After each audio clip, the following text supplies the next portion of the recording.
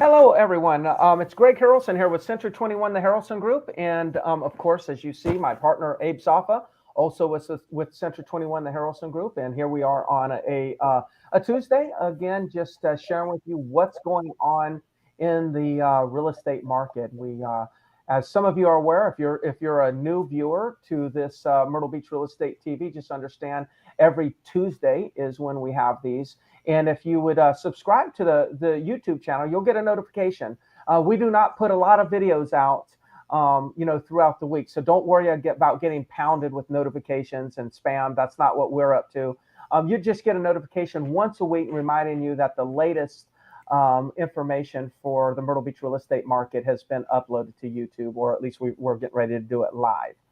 Abe, thank you for joining me again. I know there's a lot of things going on in the real estate market. We're keeping busy. We're noticing some sort of shift. But I wouldn't say that I don't think that prices have been plummeting at any level, which is what a lot of people associate with the shift. But welcome again. And what's on your mind? Hey, Greg. A couple of things. I want to start off with some stats. First of all, some data about the local market, national market, point out an issue that's happening right now pretty much nationally across the country as far as fall throughs on contracts. And then talk about, I don't know if people out there know, I think most sellers don't know this yet. Okay. But back in the middle of June, South Carolina sales contract for the sales of homes switched and added a due diligence section to the contract where every contract has a built-in due diligence. So I kind of want to talk about that a little bit, give a couple of tips to people out there because, seeing a lot of wacky things out there. You and I, we do a lot of business and we get a lot of offers coming in. Yeah, I'm seeing wacky things from different agents. I just want to give a couple of tips out there to people if they're going to be listing their home or a condo. Yeah. So let's start with the inventory. The interesting thing is, since the middle of April, we started seeing a pretty significant spike of inventory, both in condos and homes, up until about 6 or 7 weeks ago. It could be 8 weeks ago. Things started just flattening out. So for the last 6 or 7 weeks, we're not seeing inventory rise anymore. Mm-hmm. It kind of got to a level, and it just kind of been staying there. It's kind of weird. Days on the market are taking longer to sell. We have been seeing more price reductions on properties listed on the market. I think the average right now nationally, homes that have been on the market 30 days, I think have seen a price reduction on average of 11%. Wow. For homes that have been on the market 3 months. That's at a national level. Mm-hmm. So the interesting thing is inventory is kind of flattened out, which I think is going to be a good thing for sellers. For sellers out there wondering if their home values are going to be dropping like tremendously. I don't see that happening as long as inventory flattened out right now. I don't foresee a big drop in prices. Of course, we're not seeing as many full price offers. We are seeing homes offers come in a little bit less than asking price, right? But again, I think buyers are still under the impression that inventory has been rising. But when you really look at the data, there's less and less homes out there these last 6 weeks or so. Yeah. And a lot of the price reductions. So I'm just going to do a hypothetical, and I'm wondering if you would agree with this. Yeah. Let's just say that there was a residential community, and the last sale was $500,000. Was the last closed sale. Then what typically the kind of the pattern that we've seen is if the last closed sale was 500,000, then the next one that gets listed for 530,000. Mm-hmm. Okay, the agent's like, hey, market's really good. Let's list yours at 530,000, even though the comps say 500,000. So there's a lot of properties that are on the market that was their pricing strategy when they first went on the market. So then what happens is now Abe says, okay, well, there's some price reductions going on. Well, if the sale was 500,000 and the next comparable listing goes on at 530, but then they reduce to 510, that is a price reduction. But that price reduction right there, assuming that the property still sells around 500, the price reduction, that scenario doesn't make the average prices go down. It would be if the next one was priced at $475,000 when the last comp was 500. So we're still in a scenario. Last sale was 500. next listing's at 530. That's not selling. Reduce that price to 515. Then it sells for 502. So technically we could say, well, prices actually are still rising. What are your thoughts on that? Am I on fantasy land, or is No, that how I think you're spot on. And that strategy of going above the comps has been working great for 2 years. Yes. That's been the strategy, and you go above the comps and it's selling. You go above that comp and it sells again, but that's no longer working. Yes. So now you really have to pay attention to what's out there, what the competition is, and it's not across the whole board. Certain communities are actually still doing really well. There's certain communities where there's no inventory at all. You put a home out there and there's still a lot of demand. They're selling above what the previous comps have been, but overall, speaking in general terms, that's the case. Yeah, they're going above and then having a price reduced back down. Yes. So the thing is, so buyers, I think this is good news for sellers that inventory is flattened out. Okay, but I think it might not be good news for buyers, because buyers will start to think they have some leverage here. Okay, inventory is growing. I can take my time. Interest rates are high right now. Let me just wait till interest rates go down. But if the inventory is not rising, guess what's going to happen? You're losing your leverage. And if you're going to wait for interest rates to go down, the moment that we start seeing an inkling of a drop in interest rates, you're going to see a rush, I think, of buyers hitting the market again. And then you're going to get back to the same boat. If you're a buyer, back to the same boat that you were in these last 2 years where you couldn't buy anything. Yeah.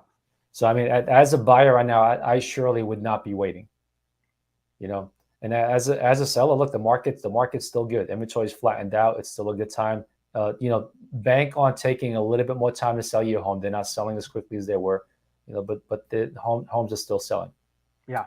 So that's the first thing I wanted to talk about. The second thing I wanted to talk about was we're seeing Redfin did a study last month for the month of July.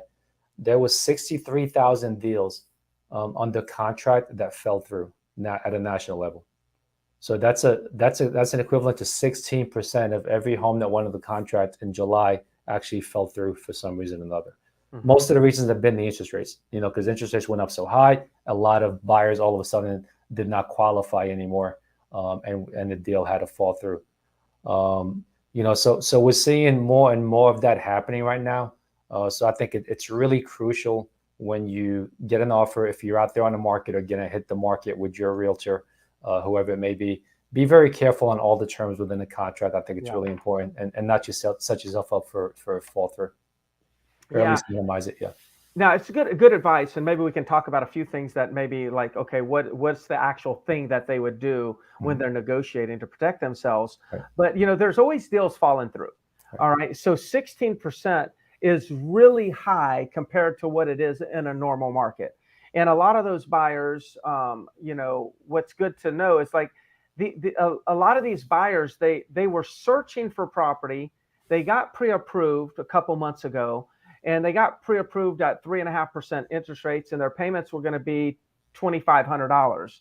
But they didn't lock into a loan because they were still searching for property. They didn't have a property to actually lock in their interest rate on a loan. Mm-hmm. Well, by the time they found a property that was in the right price point, the interest rate went up to 5%, and now the payment went to $3,000, and they actually don't have the monthly income to support the $3,000 of payment. So then they had to back out of the contract. They had intentions to buy. They're not trying to time the market. They're not saying I'm going to back out because I think I can buy it less. That wasn't the reason. They couldn't. It was an affordability issue. They couldn't afford it. So then the deal had to die. They had to back out. The mortgage company had to cancel the agreement because people didn't have the ability to pay. And so this is kind of common when a market shift to see this. This is a common pattern at the beginning of a market shift. And that's what we're seeing right now. So it's just another sign that, hey, that a lot of that, by the way, is inventory that did go back on the market. But even with that inventory going back on the market, it's not enough to increase our inventory levels. So for the seller, we're still in good shape. I don't know exactly how long we're going to be in good shape. It just depends on who you want to follow, because there's a lot of conflicting information out there. Yeah. So I think it was Fannie Mae came out with their forecast for sales in 2022. I think number of homes sold nationally are going to be down 16% this year compared to last year, and then they're projecting another 10% next year. So between last year and let's just say 2023 sales, that's going to be down about 25% less homes sold. Yeah. Is the forecast. Yeah. All right, so let's talk. And Abe, let me just be very clear to the audience here. Abe and I are very careful at communicating to the consumer anything like the market's going to skyrocket and go up, you need to buy now, or the market's going to crash, you need to sell now. You'll notice that Abe and I are extremely careful at inserting too many of our personal opinions. We want to be data driven so you all can make good financial decisions. But if there's ever a time that you want us to give you a personal opinion of your situation or your particular property, then please reach out to us. We will give you that. But the last thing we want to do is either is to be on video telling the world that this is what's getting ready to happen. It would be irresponsible for us to do that. But on a one-on-one, so we would be able to ask some questions and get a better feel for how what your thoughts are and your motivations are, then we'll definitely give you some advice in that and give you an opinion. And we will tell you when we're giving you opinion versus when it's a fact. So Abe, I just think we needed to say that. Yeah, absolutely. Neither one of us is short on opinions, Greg. You know, we've got plenty of opinions. It's just this is not the forum for it. You know, we're talking strictly stats, strictly data here. And of course, if you do want to know what we think, and it's not just a gut feeling, it's really based on data and based on experience. So we'll be glad to share that with you. So the last thing, let's talk about due diligence, Greg, because as of the middle of June, South Carolina sales contract added a due diligence period built into the contract. They used to be where it was something you kind of maybe checked off if you wanted to. Yes. Now it's actually just built in. It took the place of what was called a repair procedure is what it was called. So right now the contract, the language is actually in there. So what a due diligence period means is a buyer is going to select a certain date.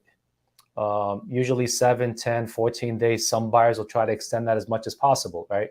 That they actually can do whatever studies they need to, whatever inspections they need to, whatever thinking, crunching numbers, whatever they want to do, and make a decision by that date whether they want to move forward with the contract or not. Should they choose to not move forward, then they tell the seller at that point, we are not moving forward. There's also a termination fee that the buyer selects an amount that they both agree on when they sign a contract, and that termination fee goes to the seller should the buyer not proceed. If the buyer does not elect to get out of the contract by that due diligence end date, then the contract moves forward. So that's automatically built into the contract now, which is a great thing for buyers. I don't know if it's that great for a seller. I don't know what your opinion is. Yeah. And one thing you and I don't control is what the requirements are for the forms. Right. And yes, it really shifted from, the buyers have a little bit more control over the transaction than the sellers do. But as we know, when we're representing a seller, and sometimes we'll represent a seller, and sometimes in another case on a different transaction, we might be representing the buyer. There are ways, like you said, to protect yourself from a seller standpoint, to determine upfront what's the likelihood that somebody's going to back out. Like if you make that money, the due diligence money, a little bit higher, if it's like $10 and they only have to pay $10 to deem the contract null and void, then that's a low, a low threshold of pain. They might do that just because they're emotional one day and they're like, $10, I'm out. But if it's $1,000, they're going to be a little bit, it holds them accountable. So again, there's ways to kind of still protect our sellers. But the South Carolina contract is a little bit more slanted towards the buyers at this moment. No doubt about it. And so the couple things that I want to point out is you can negotiate this just like anything else. So just like you're negotiating price, you can negotiate how long the due diligence period is, how much the termination fee is. So a couple of pointers is, of course, if you're on the seller side, make sure you try to get the shortest amount of period for due diligence. I had one offer this week where we actually got it waived completely because we had multiple offers. So it is a possibility you can get it waived. Yeah, you can get a buyer to cross it out completely if there's enough demand for your property. Yeah. Right. But what you want to do is you don't want to have it where if you're closing, let's just say October 15th, have this due diligence go all the way out to October 2nd, because you're sitting there on the hook. You can't get new buyers, and then all of a sudden you take your property off the market and then potentially lose this deal at the end. So you want to shorten that window as much as possible. My opinion, I always try to get it within 7 days. I think that's enough time. If we have to stretch it to 10 days, and then sometimes we'll do that, but that's more than enough time to get the inspections and get the ball rolling. So that's the first one. Yeah, that's awesome. That's fantastic what you did with that negotiating that out.